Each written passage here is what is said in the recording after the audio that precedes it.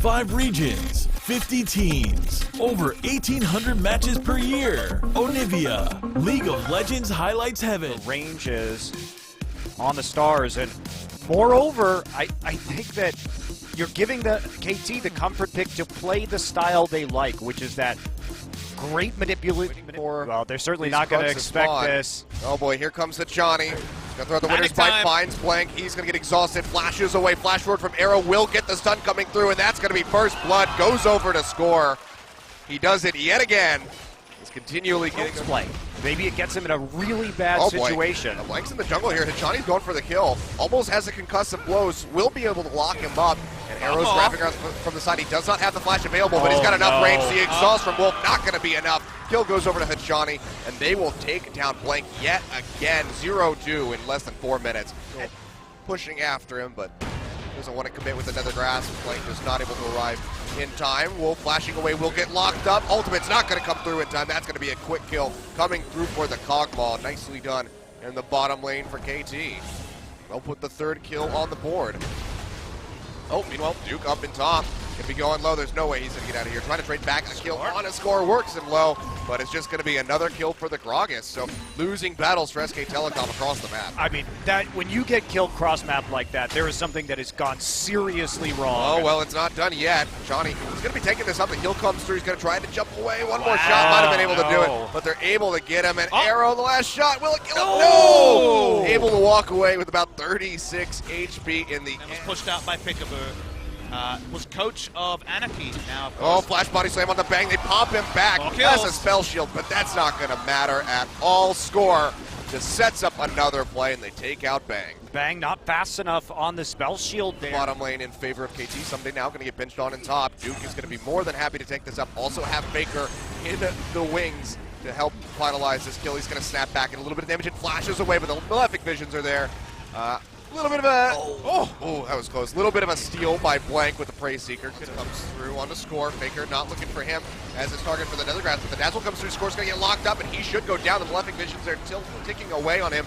The shield will save his life for the time being. Duke now arriving with the TP. And Fly getting locked down, but then Nether Grass on the other side of the fight. He's going to go low. He's going to go down. That's going to be a kill. Picked up for SK Telecom as Blank finds the killing blow. Johnny going low, going to have to try to get out of here, as does Score. Damage down onto the Echo, but the Baron has been started up by SK Telecom. Score's coming around the backside, sitting on top of that pink ward. So they will see him. This is still very risky for SKT. Duke is tanky, but he will be able to take the brunt of the damage. The Score's going to be looking for the steal. They throw the boomerang over the wall. Blank's going to come out and try to just zone him off as the rest of SK Telecom finishes off this objective. They should be able to do it. The Dazzle not going to connect on the Hajani, but now Someday comes in. Can he find it? No, not going to be able to find it. SK Telecom will claim the Baron, but Faker is going to pay for it with his life. Wolf trying to recall out in the back of the pits, not going to be able to do so. He's going to have to flash the wall, and Hajani with Arrow in tow are able to find another kill onto Duke, so they will get rid of 2 of those buffs. But S bottom out, but body slam comes through, and Faker, he's pretty much just dead to rights. Jump forward from Hajani. They're just going to try to get onto him. No flash available, as you said, and he goes down. That's another kill picked up here for Fly on the Aurelian Soul. His first, actually.